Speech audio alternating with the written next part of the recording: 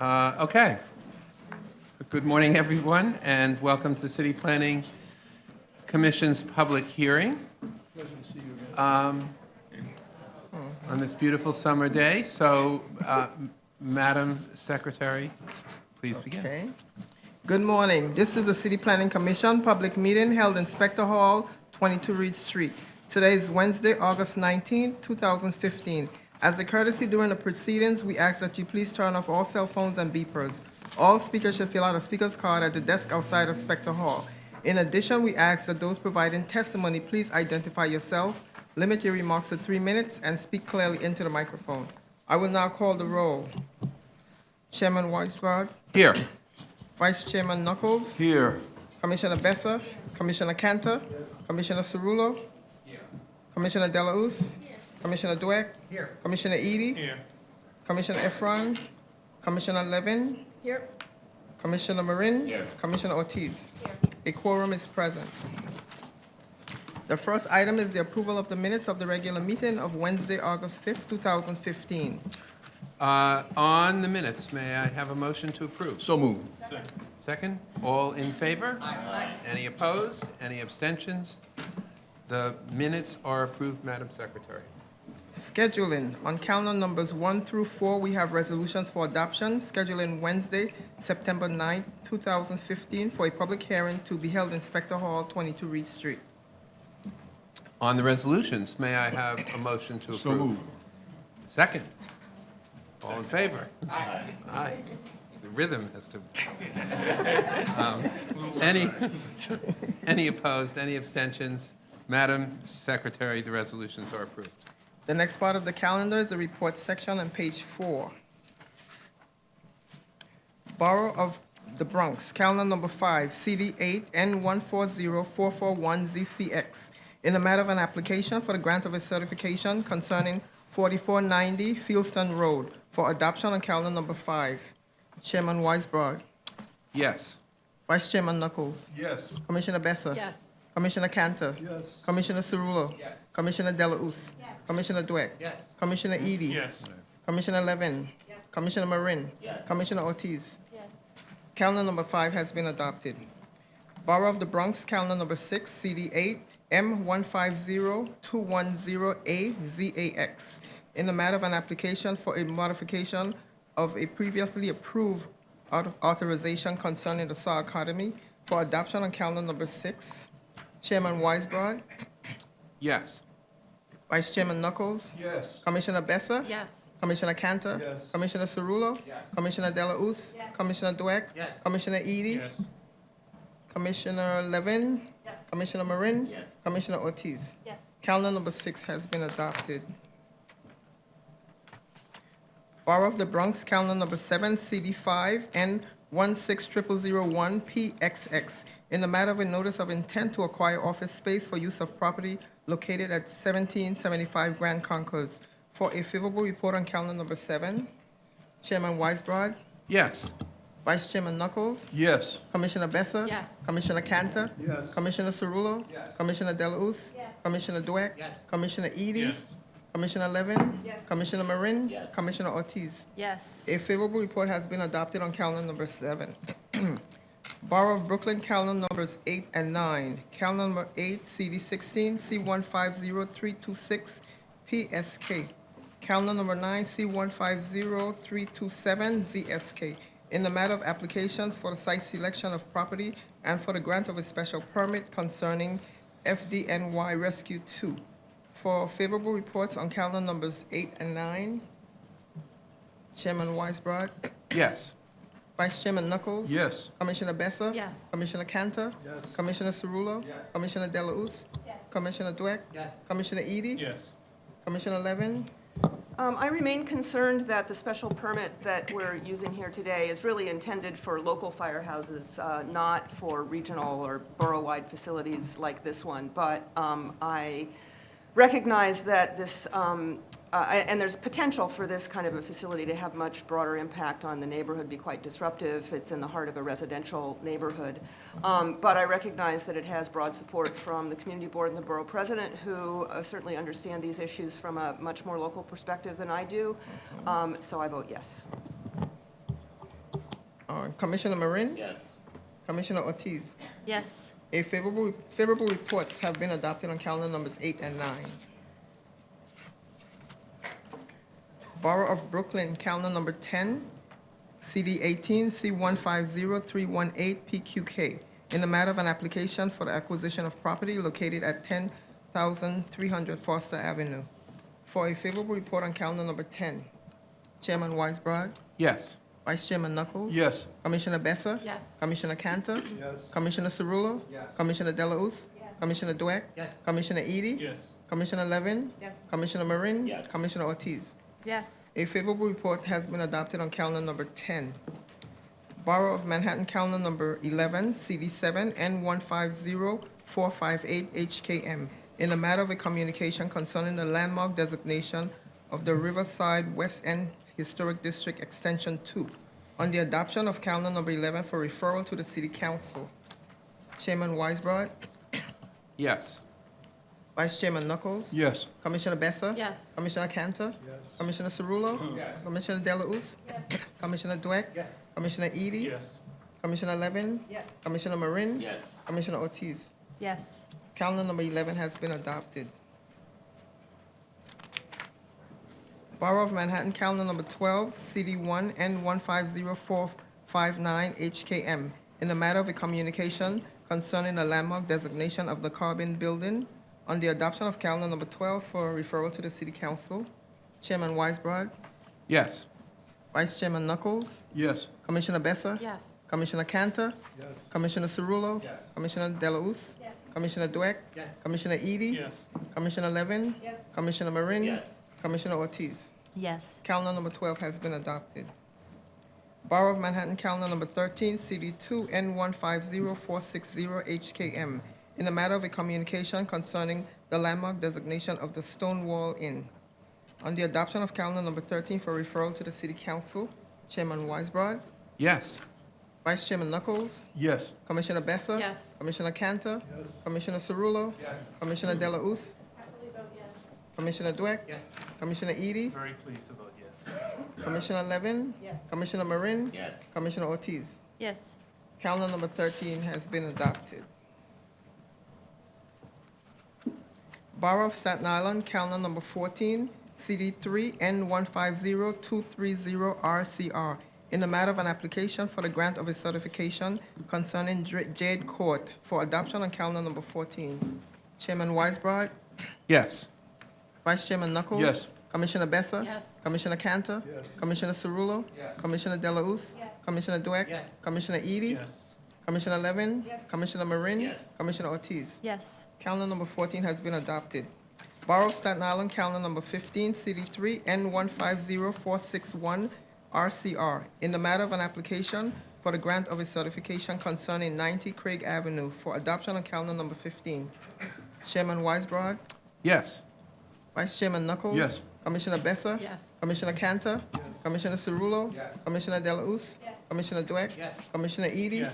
Commissioner Levin. Yes. Commissioner Marin. Yes. Commissioner Ortiz. Yes. Calendar number 15 has been adopted. The next part of the calendar is the public hearing section on page 14.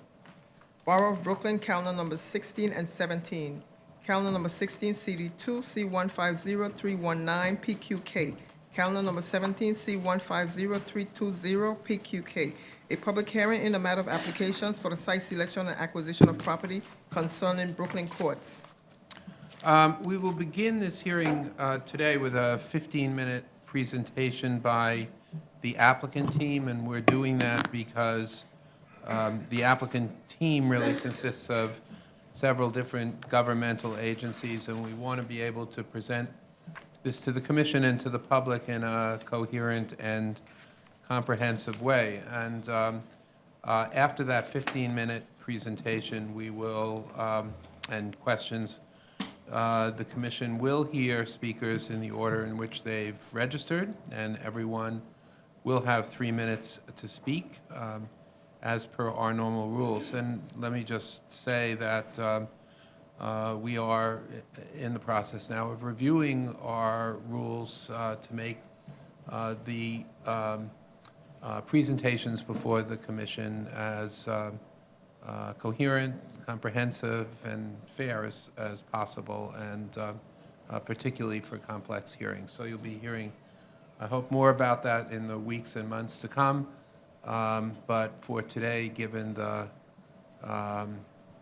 cross-agency effort here, we've asked the applicant team to present this application to you as a team. And so with that, I will call up the first three speakers. Sarah Salon from the Mayor's Office of Criminal Justice, Thomas Latito from Court Facilities Management in the New York State Office of Court Administration, and Glenn Pimento from the Assistant Commissioner for Design and Project Management for DCAS. So please all come up as a team.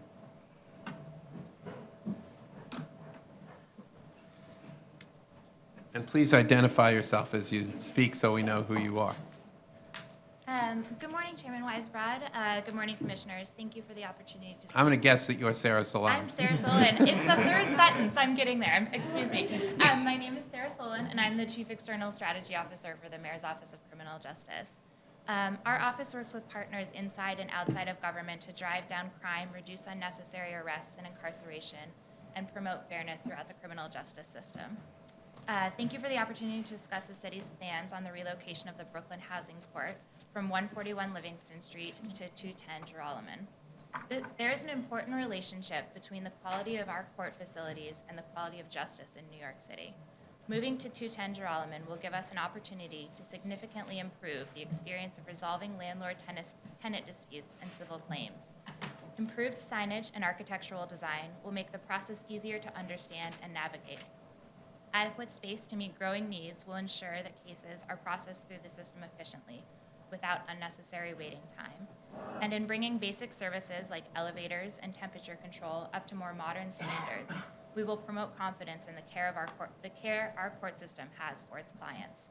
These and other infrastructural benefits of moving to 210 Joralemon will support a higher quality of justice for housing, civil, small claims, and appellate court business. Unfortunately, the maintenance and upkeep of 141 Livingston has not kept pace with the growing needs of the court or of the community. Simply put, the building is undersized and overused. It does not offer the kind of environment that encourages faith in the justice system. It presents instead the kind of environment that dissuades people from claiming their housing rights in a court of law and enhances the feeling of wrongdoing for those defending themselves. These are not acceptable conditions. As part of the relocation, in the interim, we will be working through a number of fixes at 141 Livingston. Those fixes include repair work on the elevators, mechanical fixes including improvements to heating and cooling conditions, upgrades to the bathroom exhaust system, upgrades and corrections to the fire alarm system, and 9,000 square feet of new space that will allow for the opening of 2 additional courtrooms. These fixes will free up space and reduce congestion while also making the building a more comfortable place to do business. At present, we are asking for approval on a lease that would last for 10 years with an option for the city to terminate that lease in the 5th year. We believe that this will provide us with adequate time to terminate our plan and to relocate the court facilities to 210 Joralemon. By renewing the lease at 141 Livingston, the city is ensuring that court functions will be able to continue uninterrupted while the relocation plan is developed and implemented. Barring unforeseen circumstances, we intend to complete work at 210 Joralemon in 5 years. In the long term, moving to 210 Joralemon will offer a better space and experience.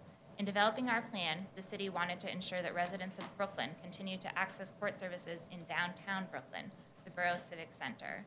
We examined the portfolio of city-owned property and determined that 210 Joralemon was the right choice given its access to public transportation and its public-facing uses. Some improvements that you can expect will be improved vertical transportation that doubles the number of elevators working concurrently that are available to the public. Please continue. They have 15 minutes altogether. Oh, okay. Sorry. Now they have 12. 210 will have one set of elevators dedicated to serve the bottom half of the building and a second set that serves the upper half. This will help reduce breakdowns and assist in moving visitors through the lobby and into court spaces more efficiently. All new mechanical, electrical, and plumbing equipment, including a new HVAC and life safety system to ensure the building is both comfortable and safe. A floor plan that is more than twice the size of 141 Livingston. This will offer better functionality of court operations because similar functions can be co-located on a single floor rather than spread out on different floors, and new signage and information systems so that people know where to go without the risk of waiting on lines or sitting in waiting rooms for hours, only to find out that they have been waiting in the wrong place. OCA and the city have a commitment to make this a modern, well-functioning facility. The move to 210 Geralman offers a long-term solution to all of the shortcomings experienced on a daily basis by staff and clients at 141 Livingston. We are committed to making sure that the community has a seat at the table throughout this process. Thank you again for the opportunity to be here today, and I will turn the floor over to my colleagues. Can I just, we'll hold our questions until the end, but I just wanted to clarify one thing that you said. I thought I heard you say that you would have the right to terminate the lease within the 5th year as opposed to at the end of the 5th year. Is that correct? I believe that's correct. My name is Glenn Pimento. I'm the Assistant Commissioner for Design and Project Management. So basically, we have the lease will be a 10-year lease with a cancellation provision the 5th year. And so we will be Within the 5th year as At the opposed 5th to at the end of the 5th year? at just the to- end of the 5th year. At the end of the 5th year. So basically, that's when it expires, and then answer the question. Good morning, everyone. My name is Tom Latito, and I am the Director of Court Facilities for the New York State Office of Court Administration. And I'm here to speak on behalf of the city's efforts to move us out of 141 Livingston Street and eventually into 210 Geralman. 141 Livingston Street is an office building that was never designed to be a courthouse. It has grown over the years, in the 20-something years I've been there. I think there might have been efforts when Mr. Knuckles and I worked 20 years ago to start to get us out of there. We are not a popular tenant. We couldn't get a lot of the private landlords in downtown Brooklyn to take us. This administration has been much more creative than the previous and has found a way to relocate other city agencies out of 210 and make room for us. It's something that we're excited about and looking forward to. It will give us a chance to operate more efficiently. It'll give us a chance to get those people using the court in and out of the building more quickly, reduce the lines outside, and I just think overall it is something that both the city, ourselves, and the people using the court will benefit. Thank you.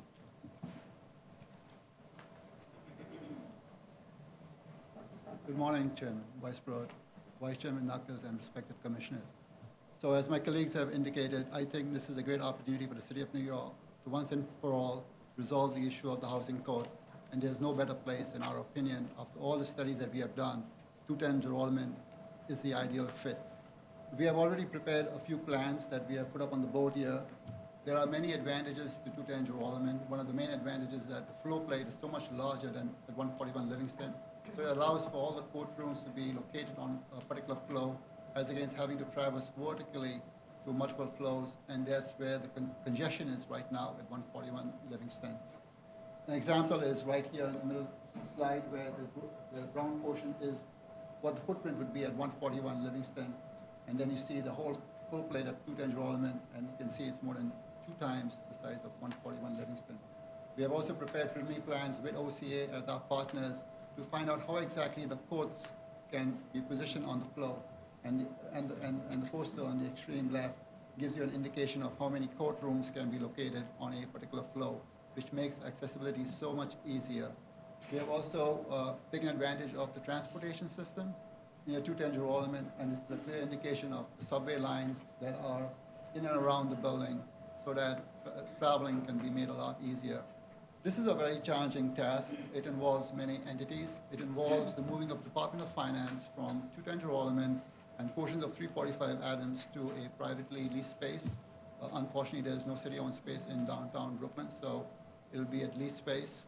It also involves moving of certain entities, like the Department of Buildings, HPD, and other police department from 210 Geralman into 345. And finally, the third phase is moving 141 Livingston into 210 Geralman. Obviously, the task in itself is humongous. It's broken down into 3 parts, as I just explained. And we believe that with all the efforts and all the teamwork that we will put together on this project, we'll get this done in 5 years. So that's the plan of action, and we want to assure you that we have our commitment to work diligently to make this happen. Thank you. Thank you.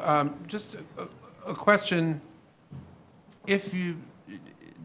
Can you exercise the option to terminate the lease at 141 at any point after 5 years? Or are there just certain windows in which you can exercise that option?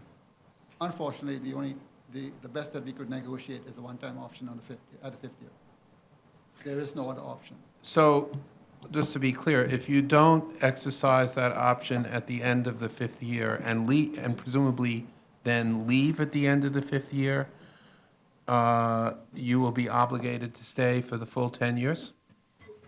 We would be obligated to stay for the full 10 years, but we would have to pay the unamortized portion of all the work that the landlord has done, amortized over 7 years.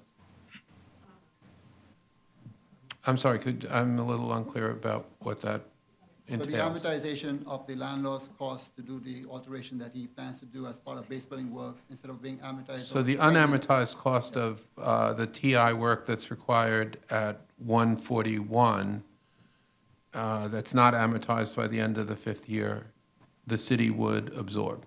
I'd like to clarify that. It's not the TI work, it's the landlord work. There is, right now, all the work is going to be done by the landlord to upgrade the building at 141 Livingston. There's no anticipated TI work at this moment of time. Not to say that there will not be a TI work, but at this time, the work that's being negotiated is for the landlord to upgrade the mechanical, electrical, and plumbing structure of the building, including HVAC. So it's all base building work. I just want to get a better sense of this. So the city has to does the city have to give notice to the landlord of its intention to terminate? That is correct. There's a notice And provision. by when does it have to give that notice? It's about a year before the 5th year, end of the 5th year. And we can verify that. I don't have the lease in front of me. But there is a provision for a time frame to issue the notice of termination. And if the city elects to stay beyond the 5th year, it has to presumably pay rent plus the unamortized portion of the landlord's work. You do not have to pay, if you stay to the 10th year, you do not have to pay the unamortized portion. He would just do the base building work, and that's. But if you what- stay for less than the 10 At years, the 5th year, if you terminate in the 5th year. even, okay. Thank you. Mr. Eady. Just following the chair's line of questioning, it was unclear to me. So if you are unable to finish your work by the 5th year and unable to terminate the lease at that time, and let's say you finish your work at 210 and you're able to move at the end of year 6, will you be responsible for the payment of rent, the balance of the term through year 10? The lease provides that you terminate in the 5th year. Now, if you overstay, there could be other legal ramifications and other kind of evictions that could come into play. But by terms of the lease, if you terminate in the 5th year, you must get out in the 5th, after the end of the 5th year. However, if you don't terminate in year 5, but you leave prior to year 10, will you be responsible for paying rent through year 10? That is correct. Okay, thank you. Mr. Cantor. Thank you. But at the end of the day, and most interesting, the work is going to be done by the landlord. At 141 Livingston, yes. The work at 210 Geraldine and 345 will be done by the city of New York through a bidding process. Okay. So that's why you need the 5 years. Yes. Thank you. Ms. Delausse.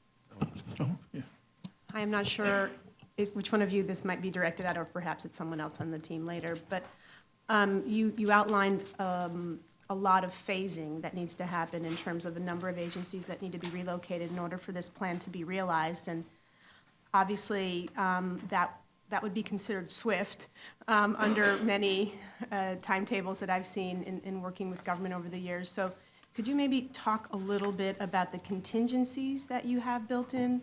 At what point is there a red flag that you might not be meeting the timeline? Because, the situation in Brooklyn Housing Court, as you outlined, is absolutely unacceptable, and something that tenant advocates and, quite honestly, tenants have been raising for a number of years. And I'm certainly pleased that the de Blasio administration has made this a priority. So I think every effort should be made to ensure that you can meet the deadline that you're set for yourselves at this point. I believe the contingencies are already in place in the 5 years, a timetable that we have laid out. We don't plan to do the phases one after the other. We plan to do the phases concurrently, right? So basically, while the lease is being negotiated for Department of Finance to go into a leased property, we have already engaged with consultants to start the process of reviewing the personnel and equipment requirements of the agencies that need to be moved. We already have the requirements for the courts, so it's already in place. We are in the process of finalizing a consultant to start the preliminary drawings. So all that is already started, and with that plan of action and with checkpoints along the way, we believe that 5 years should be enough. Now, could there be uncertainties that arise? Could there be site conditions? The answer is yes, and I don't think any of us would be able to identify what they are today. But the goal is to be able to move as smoothly as possible, create checkpoints for ourselves along the process, and make sure this happens. Mr. Knuckles? Thank you, Chair. The construction work would be done by DDC?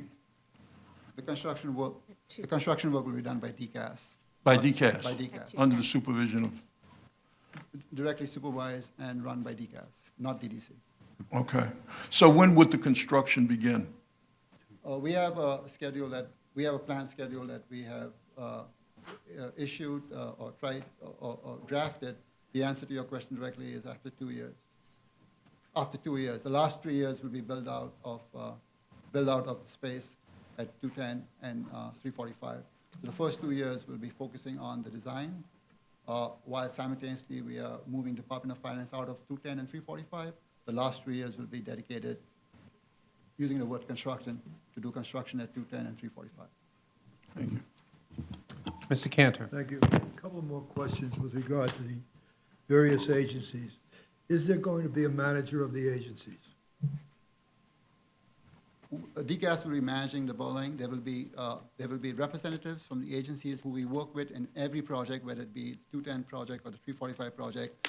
We have representatives from the respective agencies who are stakeholders in reviewing the drawings and participating and working towards us. But DCAS will be running the project. They're stakeholders, they're not observers, they're participants? They are participants all the way. Okay. With respect to the build-out, you said DCAS is going to be responsible for the build-out. Therefore, the job has to go through the usual multi-bid and buy arrangements, right? That's correct. Is this governed by WICS? This will be governed, the construction will be governed by WICS, yes. Is there a way of consolidating that effort so that we don't have to go through WICS? We are looking at every method there is in the books to get this done in 50 years, and they are in the works. And have you assumed the most unhappy circumstance in your 5-year period? As Is indicated that part of your earlier, contingency? we definitely have looked at the challenges that this project has posed and will pose due to uncertain conditions and site conditions. The plan for 5 years includes a certain amount of contingency for timeframes. We'll have to work within those timeframes. If we lose a certain timeframe in a certain phase, we make it up in another phase. So those are the contingencies that we have right now. Unfortunately, as we all know, site conditions at these particular buildings, these buildings are not new buildings. They have not been renovated in a long time. And the efforts that we are attempting to put into this building to make it energy efficient and all the other codes that are prevalent today and were not available many, many years ago will pose a few challenges. There will be unforeseen conditions. The code has changed dramatically. So we are prepared to deal with that. And we are doing surveys right now to identify what they could be and what they may be down the road. Is the law department going to help in the sense of, one of the issues that I've learned over the years with respect to uncoordinated trades, where you've got your MEP, you've got your structural, you've got your architectural, each trade goes on its own way, and when the prospective tenant change comes in, even if the guy is closing up an area that he knows is going to be open next Thursday, he'll close it up. Will there be any mechanism to try and coordinate the construction with these change orders? Because that's where you get hurt. You're absolutely right, and we already considered that. So basically, there will be a general contractor who will be in charge of the project, and if there's no general contractor in charge of the project, there will be a construction manager who will coordinate all the trades. The way we work, the way we plan to work, and the way we work on our other projects is that change orders are directed to one source with an RFP from the architect or engineer confirming that it's a genuine change order, and it goes to the CM. That's one source, and CM dictates what exactly happens and how it's coordinated with the trades. But did you say there will not be a general contractor? There could be a general contractor in Or charge of CM. trades or a CM. Or a CM. Thank you. Ms. Again, I don't know if you all are the right ones to ask this question to, but I'm going to ask it. So can you maybe talk a little bit about, I mean, obviously, just the sheer increase in space is quite needed. Can you talk a little bit about the signage, what languages they will be provided in, and also what space might be made available for housing court answers and other advocates to meet with tenants? I think that's not nailed down entirely, but one thing is for sure, there will be space reserved for stakeholders, and we are working through those details. But there will be space allocated for stakeholders for exactly the staff you mentioned, and that's the plan of action. How about signage and languages? There will be signage in all the languages that are spoken in the city. I mean, I don't think we have spoken about signage, but be assured if you have any recommendation, we'll have all the signage. Minimally the 11 languages that everything else is in. Mr. Marin. I just want to make sure I understand this correctly. So you have a 5-year lease with a 5-year renewable option. You have a lease. 10-year lease with a 5-year cancellation. That's my confusion. So you have a 10-year lease with a 5-year out, and you either pay the lease through year 6 to 10, or you pay the amortization of the improvements. Exactly. Okay. Remaining. How long has it been known that these systems are failing? The reason why I asked that question is, and I don't need the answer, obviously, it's been a while. The reason why I asked the question is I'm having a hard time understanding why is it that we would agree to pay for the amortization of improvements when the landlord at the end of the day is going to benefit from those improvements of which have been lacking in the building for quite some time. I think you have a very good question. It goes back to the landlord not willing to do a 5-year lease, except a 10-year lease, and it was just part of the business negotiations that we couldn't get any better. But the question is very good, and I wish we could have got that, but we could not get that. Okay. Have you identified the privately leased space that the Department of Finance will have to move into? We have engaged our tenant reps to look out for space, and the answer is there are a few potential locations that have been identified. They just cannot be disclosed at this time, only because it could affect the negotiations, but there are some spaces, and we have spoken. The answer I'm is not yes. asking for the addresses The of answer the is yes. spaces, and the thrust of my question is that, to a large extent, the critical path will be determined by how fast you can, negotiate a lease for the privately leased space, how quickly you'll be able to move the Department of Finance out of that space, and how quickly, therefore, you will be able to start the renovation work that's necessary at 210 Geralman.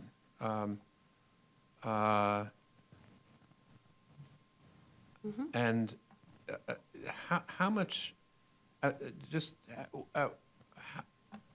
in your planning for this complicated move, at what point do you anticipate having, access to the space at 210 Geralman, that is to say, vacant space at 210 Geralman, to start the necessary renovation work? We have allocated 2 years for the Department of Finance to move out of 210 and 345. So 2 years is our deadline in order to start the construction at 210, 345 first, obviously, because it's going to be done in 2 phases. People from 210 are going to go to 345, and then when the space at 210 is vacant, we start the first phase of the OCA build-out. So 2 years is set to get the Department of Finance out of 2 buildings, and the last 2 years is dedicated towards the construction at 210 and 345. The 210 construction will be done in 2 sub-phases, because when Department of Finance portion moves out of 210, the first phase of 345 will start. The first phase of 141 moving into 210 will start, and then shortly thereafter, the other phase will start. We don't want to stop to wait for the entire space to be vacant. When the spaces get vacant, we start the construction. That's the plan. And that 2-year period, I mean, that 2-year period will start when, assuming the 141 lease is executed, or is it effectively already started? Everything has already started. We are not waiting. We actually met with the Department of Finance yesterday. We have got all their P&E requirements, so we are not waiting for anybody. We are moving. Thank you. Mr. Eady? Just a quick follow-up. When, maybe you answered this. When does the new 10-year lease begin? The new 10-year lease will begin when the ULUP is approved, and we can exercise the option. Hopefully soon. When does your current lease end? The current lease is already expired. We are under a license right now. I see, so the lease won't start, it won't go back until the end of the old lease. It'll start at the end of this We have a process. license in Okay. place. Got it, thank you. Ms. Levin? With respect to 210, it looks like you're taking a substantial portion of the remaining city-owned space in that building, like almost 40%. Do you know yet which floors and what are the other, I assume they're all city tenants. What other city functions will remain in the building? And how will the housing court relate to, how can they all happily coexist? Housing court is obviously a very challenging function, and certainly this is a very important move, but it's important to plan well for the entire building. Our materials don't indicate how many floors you're planning, or which floors. 44. So we have planned that portion of the 3rd floor, portion of the 4th floor, and floors 5 through 9 will be dedicated to Okay, courts. so the lower portion of the building.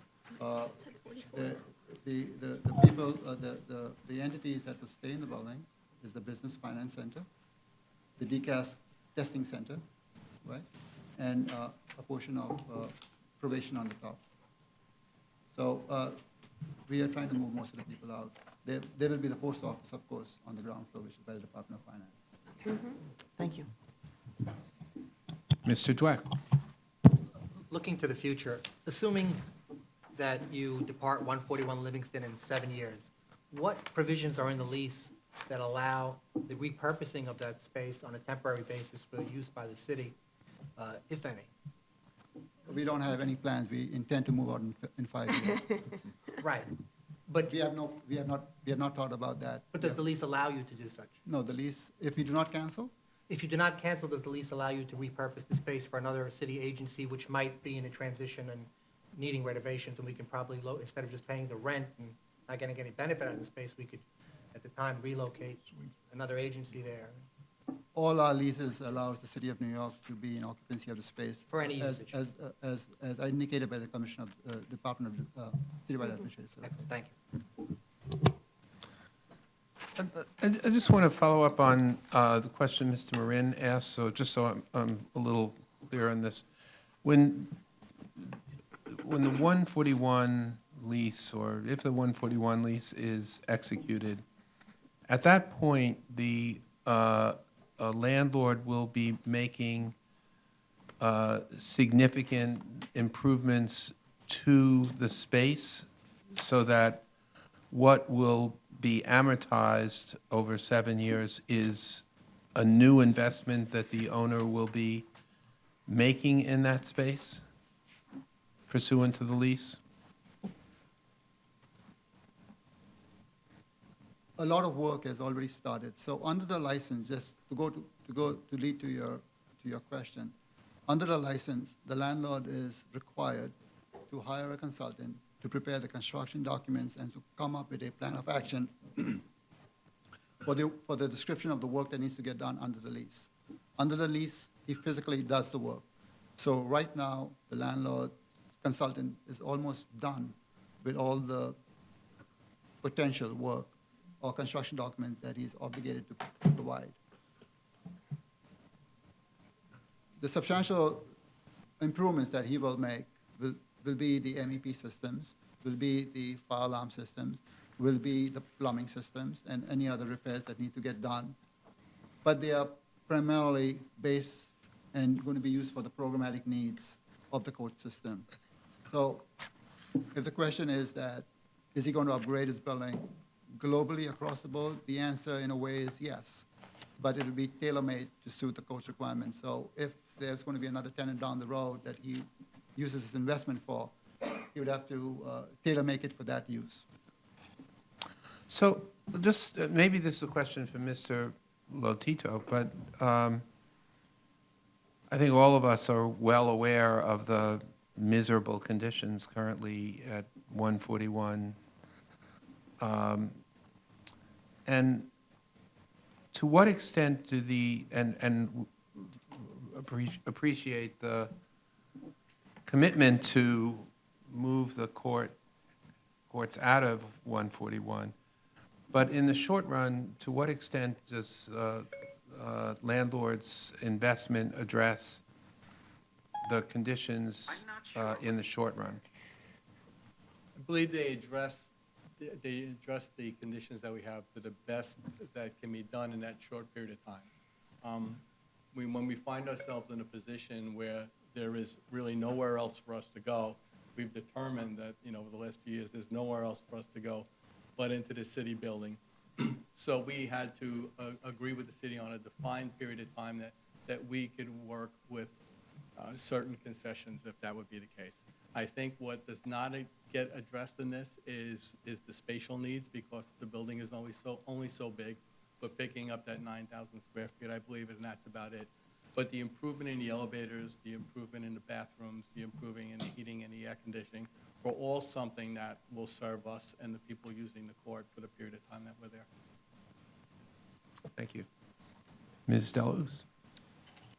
Just a follow-up question about, as you're on the hunt for private space for the Department of Finance and the other city agencies, I'm just wondering if you could share a bit of the criteria that will be used. I mean, obviously, one of the objections by advocates related to this space is who the owner is, the condition of this property, the condition of other properties that they've held, the fact that he's on a worst landlords list. I'm just wanting to make sure that the city isn't going down that path again, and what criteria, if that's something that the city's including in its criteria as it looks for space. The answer is absolutely yes. And what we do is we actually study the requirements of Department of Finance. We have already had several meetings with them. We met as late as yesterday with them, and basically understanding their needs. The space that we will be looking for, and which 10 reps have been tasked to look for, is not going to be any space that is made to fit or just found, and we're going to make it work for the Department of Finance. It's going to be the Department of Finance's home. Department of Finance, we all understand, generates a lot of revenue for the city of New York, and they require as good a space as the courts do at 210 Gerolament. So it will not be one of those spaces where we just move people in because we need to solve a problem. It will be built out specifically to the Department of Finance needs. It will be renovated completely with new furniture and new equipment, and will take care of all those aspects that Department of Finance deserves.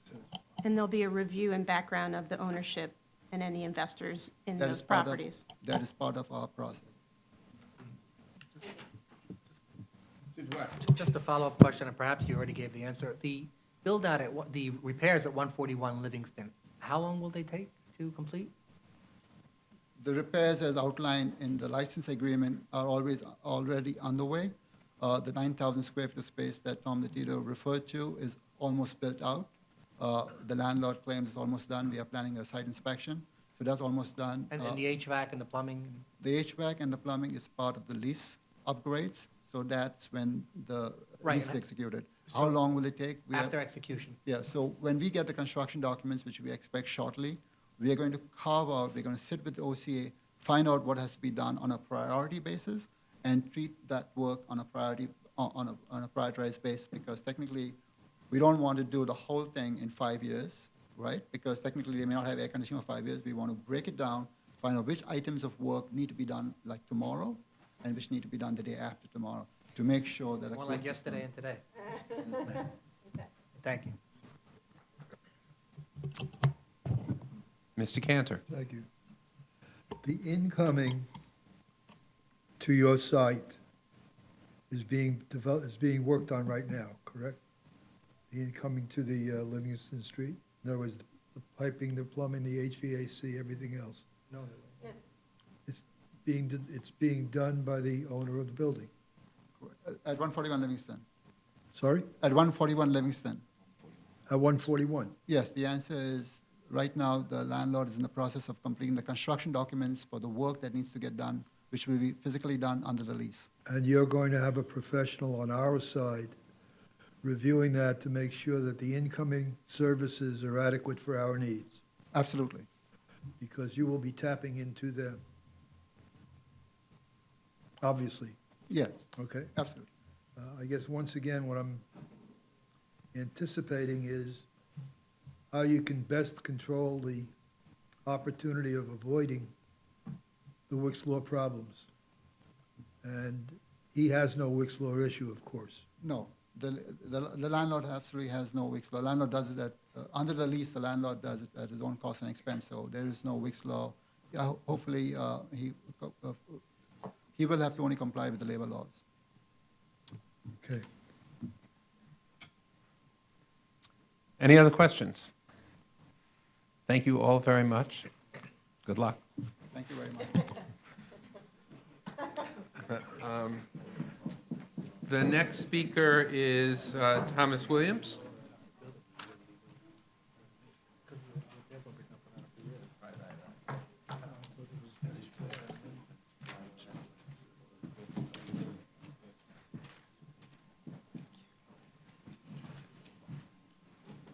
Good morning. Good morning, Thank you Mr. for this Williams. opportunity.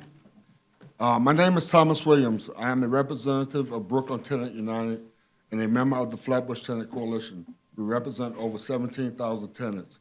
Acting together, we advocate to improve the lives of tenants. 141 Livingston Street physical space is deplorable. It is not a court building for tenants with 14 courtrooms for landlords and 1 for tenants. Not enough space for normal housing court activity, like lawyers talking to clients in the staircases. Outrageous. 141 Livingston Street is owned by David Bristol and then public advocate Bill de Blasio, worst landlord list for more than 2 years when he was public advocate. The city will be paying an outrageous amount while at 141 Livingston Street. Rent will go up from $3.3 million a year currently to $8.2 million for the first 5 years of renewal, then $10.3 million a year each year after that. 7 years really means a lot more years. According to our controller audit of DCAS, the agency does not adequately account for and manage the inventory of city office space and does not consistently follow its protocol for evaluating space requested nor made the appropriate entries in the city financial management system. We do not want this move lost or mismanaged. We want a realistic timeline. We was granted the space at 210 Geralamo Street, which about 4 city agencies occupy and can be moved faster than DCAS is proposing. We also want a task force of tenant advocates, including Brooklyn Tenant United, elected officials, and city and state agencies with decision-making authority to oversee all aspects of the planning design.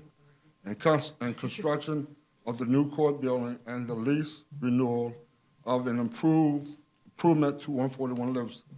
DCAS recently announced to BTU that they would create a Brooklyn Housing Court Advisory Board. However, no details were offered, and DCAS told us they had not yet discussed when the advisory board would be starting. We're asking all the commissioners of city planning that we request the move to 210 Geraldo Street by the end of 2017, and the task force tell DCAS to amend their application. We want you to disapprove the application with the modification we're requesting. Thank you, Mr. Williams. Question? Yeah. Mr. Knuckles. Mr. Williams, I believe you asserted that you thought, or you think that this move can be accomplished in a lot faster time frame than DCAS is laying out. Is that correct? Well, we're asking that, if possible, that it could be done a lot quicker than they are proposing. Okay, you're asking. You're not saying it can be done Right. quicker. We're asking. Okay.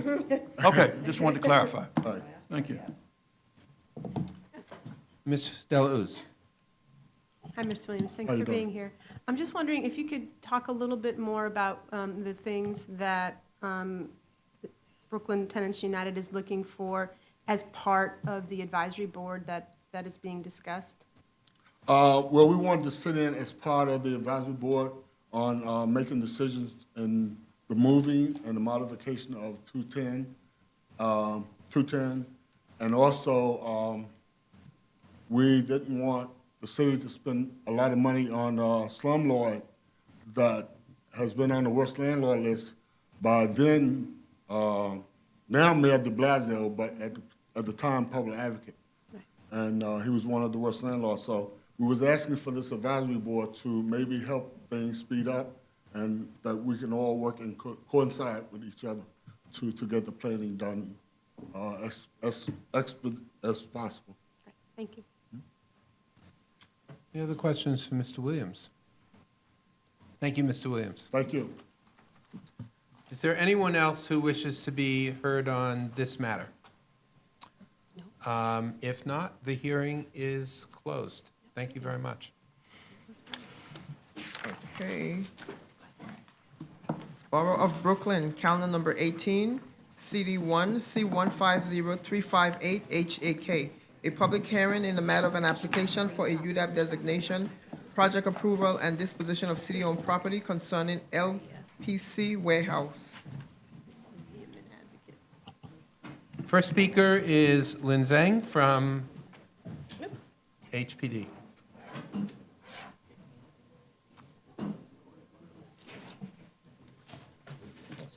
Welcome back. Thank you. Good to see all you commissioners this morning. Good morning. My name is Lin Zhang, a representative from New York City Department of Housing Preservation and Development. HPD is seeking UDAP project approval and designation and disposition approval of a city-owned site in 99101 South 5th Street in a project known as LBC Warehouse. LBC Warehouse is located within Community District 1 of Brooklyn's Williamsburg neighborhood. The site is currently partially vacant with a one-story vacant building that was formerly used as a storage warehouse by the New York City Landmarks Preservation Commission. In 2013, HPD issued a request for proposals for a residential project. The project that was selected through this competitive process will result in the construction of a new building on the project site. The proposed project will be an 11-story mixed-use residential project with ground floor retail and community space. The project would also include 55 dwelling units, all affordable to individuals and families, making up to 60% of the area median income. The proposed project would also provide building amenities to tenants that include landscape, passive open space areas, laundry facility, and community room. I'm joined here by representatives of the project sponsor team today, and they're here to describe the details and the development program of the proposed building. But at this time, I'd be happy to answer any questions you may have. Questions for Ms. Zhang? Ms. Levin. Lynn, nice to see you again. Thank you. Yeah. Thank you for coming. Twice in Thank you one for doing this good work on our behalf. One of the issues that has arisen in at the community board and borough president level has to do with permanent affordability for the not inclusionary program units. What's your understanding about how long these units will be affordable? So the project sponsors here could speak in more detail, but I believe they're getting 420C tax credits on this, and the minimum is about 40 years, and I may be corrected later. That's the minimum year of affordability, and at the end of that, they have an option to extend it. So I think that question could be further, described later on. And then with respect to the community facility space and the ground floor retail, has HPD made any requests or have any thoughts about what that space ought to be, or is that up to the project sponsor to figure out? I think the challenge with retail space, it's hard to secure tenants so early on in a project. You only usually get interest when construction starts. But the project sponsor definitely has plans to, not for bar or restaurant, although, it depends on a market, some sort of supermarket or food store would probably be very more desirable. But at this point, it's hard to commit to that. Okay, but HPD hasn't made any particular requirements of the project sponsor for those spaces? No, Yeah, not a requirement, no. Okay, thank you. But just follow up on question from Commissioner Levin. We are always here looking at potentially new sites for daycare facilities and other community facilities that do have a long lead time, and particularly for such facilities that are currently in less than ideal space, or should be moved to neighborhoods where the need for daycare or senior citizen centers is acute. And I just would ask you, as well as the project sponsors, to consider for some of the retail space that, because it is something that can be planned well in advance with commitments that both affect the neighborhood, the building, and project financing as well. I'm sorry, so the question is to consider daycare? Just to take a look at it Yes. on the part of HBD and also the We do. project sponsors. Yes. It's not something that requires an answer, but more a suggestion. No, well taken. I'll bring that back. Thank you. Any other questions? Ms. Deluz? Hi, Lynn, how are you? Hi, how are Two you, Michelle? questions for you. One is, when was this RFP issued?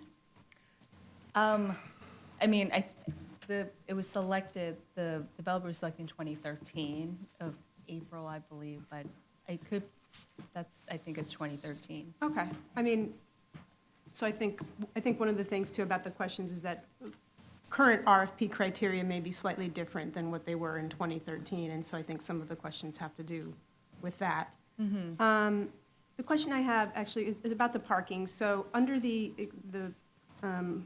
proposal that's being considered to eliminate or reduce parking requirements for affordable housing, do you know how that would impact on this project? And assuming that and this could either be for you or for the development team, assuming that it could be eliminated or reduced, what other potential uses might there be? So the project architect from Dantner is here, and he could speak to some of that. Thank you. Ms. Ortiz? Hi, good morning.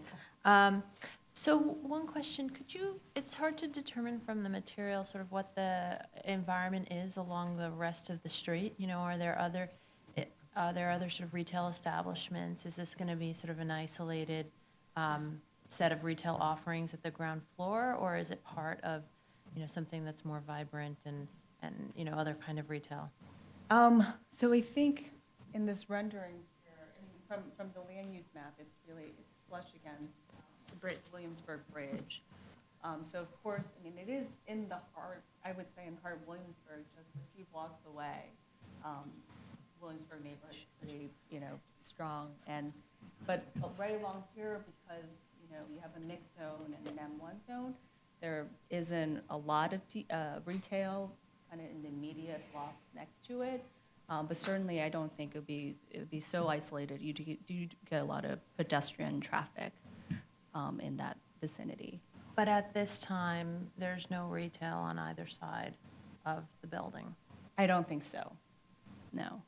Right. I mean, I think, that sort of reinforces the chairman's recommendation that perhaps there are other uses besides retail that might be appropriate at this location. 5,000 square feet is perhaps it's very convenient. It would be very convenience-oriented, but in lieu of convenience-oriented retail, daycares or other kinds of institutional uses might be more appropriate. There's plans for community space as well in this building, so it won't be all Even more of a retail. reason to think about how those two things might work together. Sure, absolutely. Any other questions? Thank you. Thank you. Next speaker is Mario Placida.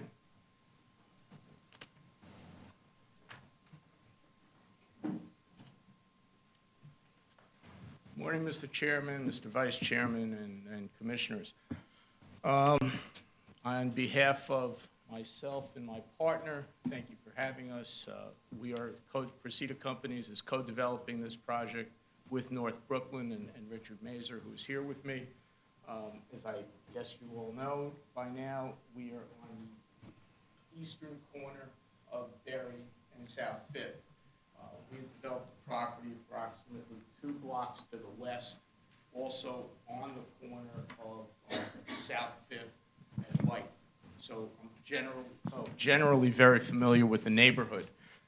Relative to retail in the neighborhood and the immediate vicinity of the block and relative to our development, we've got approximately 3,400 square feet of retail or non-residential use to the western edge of the lobby, and we have an 1,100 square foot community facility space to the west.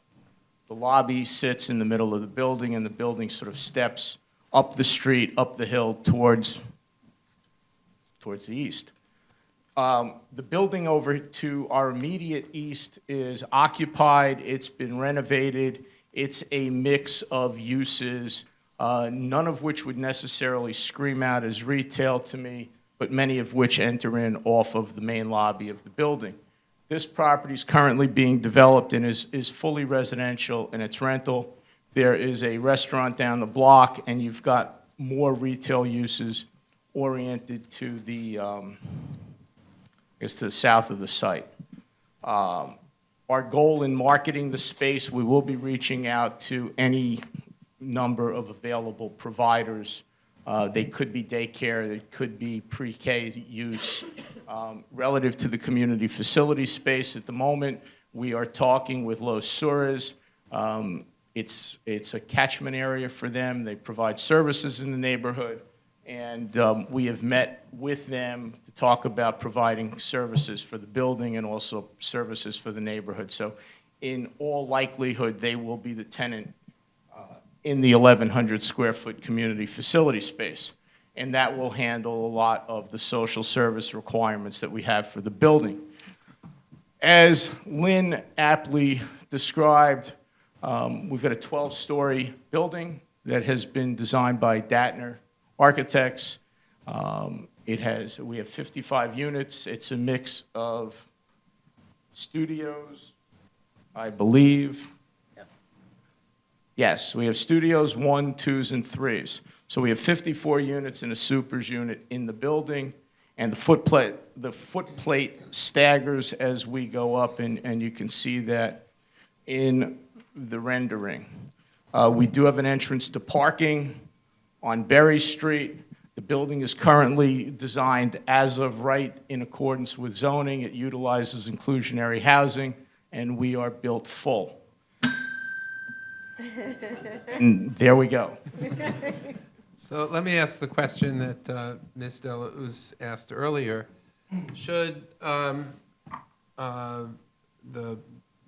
zoning proposal that is currently being discussed, which would reduce parking requirements, be enacted in some form or another, would you be looking to modify the parking here, and if so, how?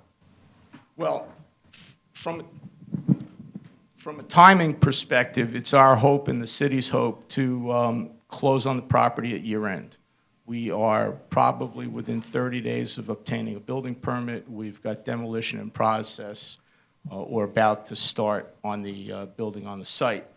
I think that if and when the proposal is adopted, then we would be prepared to look at alternative uses. I think really the only alternative use would be for outdoor space, to add additional outdoor space to the building. There's nothing else we can do there. I mean, the timing of the zoning proposal would probably be, assuming you close at the end of this year, a few months after that, probably, assuming it gets enacted. So well before, I suspect, well before you started construction, but open space would be something you would consider as an alternative. And would that be in your interest as a developer to have fewer parking spaces and more open space? You know, it's a very interesting question. The parking is is specifically for tenants within the building, and it's for non-commercial tenants.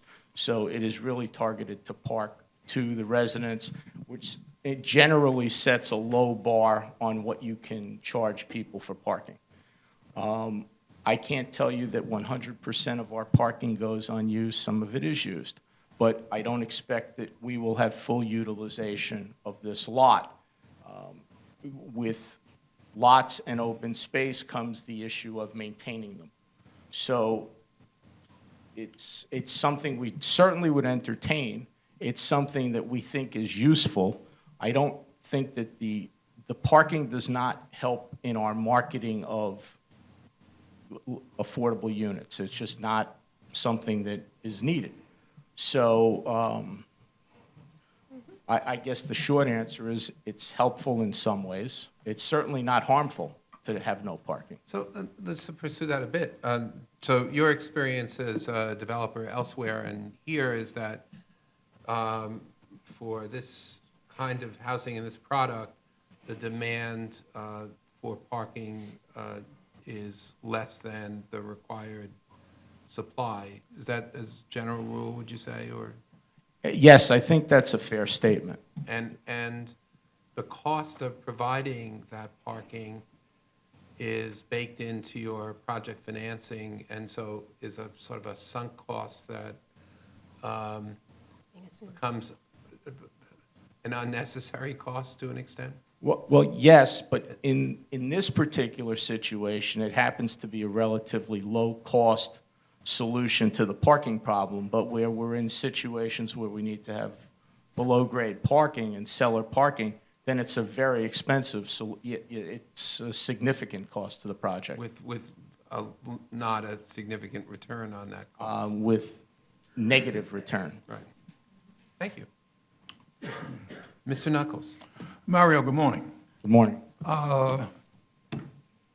I think you anticipated my question, but I just wanted to follow up on it. With regard to the 11 families 11 units that are slated for what would be formerly homeless families, you would have support services on site for those families?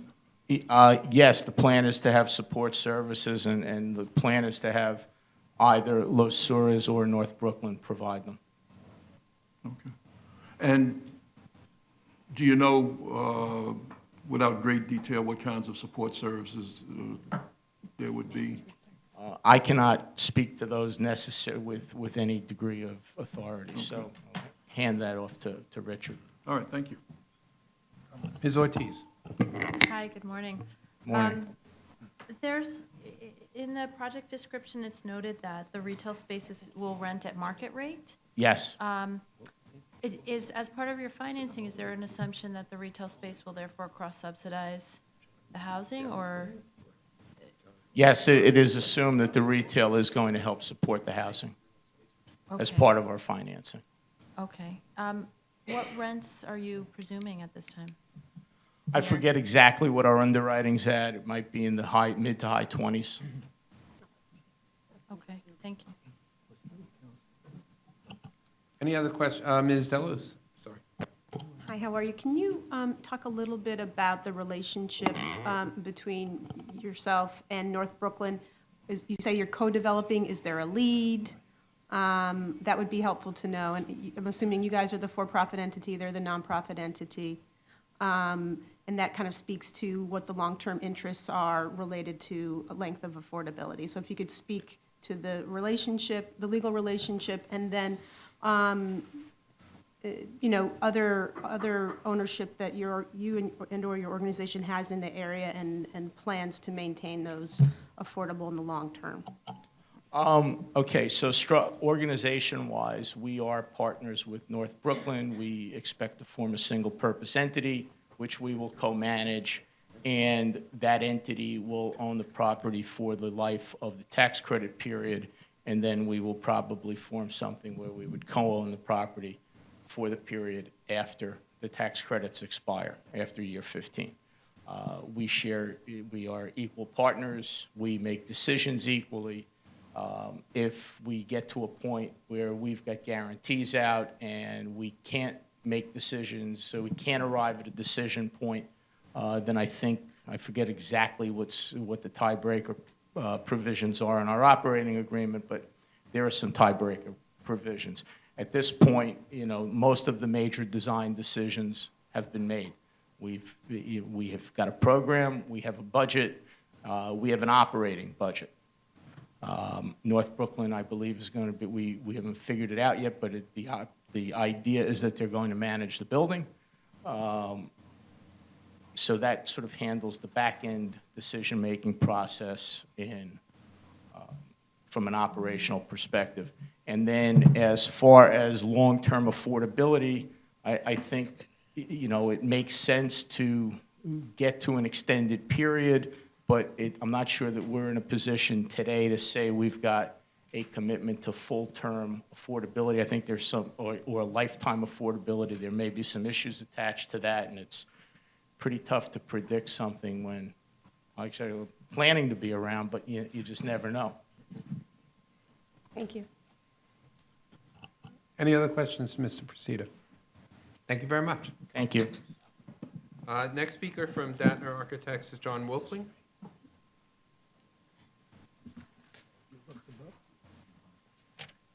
Good morning, Mr. Wolfling. My name is John Wolfling. I don't have much to add to Mario. Mario very well described the entire project. I could go into some more technical details, but I don't think that's what this venue is for. I will only add that it's using the Quality Housing Program. We are very close to having DOB permits, or at least approval on our new building application. And with that, I can take questions. Ms. Delos. How are you? Can you just talk a little bit about the green elements that you're planning to have in the property? Okay. There is an outdoor recreation space, or actually two outdoor recreation spaces. One of them is on top of the community center.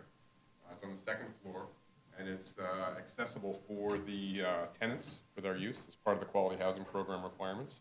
We also have some area in the back, right here, which is also outdoor recreation space. So those are the two areas that are outdoor and are part of the green space. We have indoor recreation space as well. How about the sustainability side? The sustainability side, the project is, since it is part of it's through HPD, it's following the Enterprise Green Communities checklist and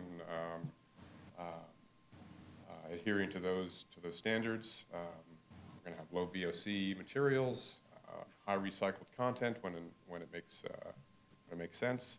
The building is going to be built in a very robust way. We're taking the 8 inches of insulation, the zone green benefit for the zoning bonus. So we're doing kind of a good sustainable building. Mr. Cantor. Thank you. What's the leads rating? We are not doing, we're doing lead for homes, I believe. And there isn't actually a lead rating. It's kind of a prescriptive path that we're following. Okay, thank you. Ms. Ortiz. Hi. One question on, you mentioned quality housing, so there's a requirement for street trees. Yep. And there's, some indication that there will not, because there's infrastructure underneath? Is there an issue We are with? currently planning on 3 trees. 4 are required based upon the frontage. So we're going to plant 3, and then one of them will be off-site. hidden to the Okay, front. okay. So the rendering, I guess, is there are more trees in the rendering than? Some of them may be existing, or some of them may be on the adjacent property. It's kind of hard to tell with foreshortening, but the site plan is probably the better place to pick up that information. Okay, so there'll be 3 trees, thank you. Any other questions to Mr. Wolfling? Thank you very much. Thank you. Next speaker is Richard Mazer from North Brooklyn Development Corporation. Good morning, Mr. Chairman. Good morning. Mr. Vice Chairman. I'm Richard Mazer. I'm the Executive Director of the North Brooklyn Development Corporation. We are the co-sponsors of this project. Our mission, and it's my mission as a lifelong resident of Greenpoint, Williamsburg, is to preserve, create, defend as much affordable housing as we possibly can because, as you know, due to development and gentrification, we've probably lost over 50% of our existing residents that probably kept the neighborhood strong throughout my lifetime in history. We're part of a collaborative. We've done tenant defense together, part of the mobilization against displacement, which includes North Brooklyn, Los Sures, St. Nicholas Housing, People's Firehouse, El Puente, Churches United for Fair Housing. So we've all worked together, even from the moment that city planning proposed the rezoning on our waterfront. We were the ones that were fighting for 40% affordability. I don't know if you remember our chants, but we managed to get almost what we asked for with the city's help, HPD, and the then mayor. And the current mayor, in fact, was supporting us in our proposals at the time. So we were very pleased because our mission is to get this affordable housing in place as quickly as possible. The wheels of everything turn too slowly for us. They turn quickly for removal of the local residents, not quickly enough for us to put affordable housing back into the community. That's why our partners, Los Sures, they will provide all of the local services. It's their turf, even though it's our joint turf. We all know each other's problems. We get together on a regular basis. We fight together. We support each other. And there's a balance of life here, quality of life, because along with the affordable housing, we also fight for open space. I know that was mentioned, and as little or as much as we can get, we are underserved in many ways. So we're underserved as far as affordable housing. We're underserved as far as open space. So it all, if you have a great place to live, it's rough if you have to live like a rat. So we try to provide quality housing. I always say we build things that I would want my mother to live in. So whatever senior projects we've done, my mother, God bless her, is almost 92, and she visits the sites and she would punish me if I didn't do the right thing. Other than that, we're devoted. We come here. North Brooklyn does things on a needs basis. The last project we did was Herbert Street. And remember, Vice Chairman Knuckles said it was one of the most creative reuses of city property that he'd ever seen. It was a police station. We converted it into affordable condos. So that's it. That's what we do. Thank you, Mr. Mazer. Questions to Mr. Mazer? Hearing none. Thank you very much, Mr. Mazer. Thank you. Now I have a second Richard Mazer sign-in sheet here. Okay, someone signed in for me, and it's my twin. And he'll say exactly the same thing. I thought you'd want to speak for another 3 minutes. No? I could, but I don't want to punish him. Thank you very much, Mr. Mazer. Is there anyone else who wishes to be heard on this matter? If not, the hearing is closed. Just wanted to wish our very own Jim and Melinda a happy birthday, so, on the record. Happy birthday to both of you. And before we close, I wish all of my colleagues a very happy rest of summer and great Labor Day weekend, and I will see you all in not quite the fall, but post-Labor Day. And with that, I will entertain a motion to adjourn. So moved. All in favor? Aye. You're adjourned. Thank you. Have a good holiday.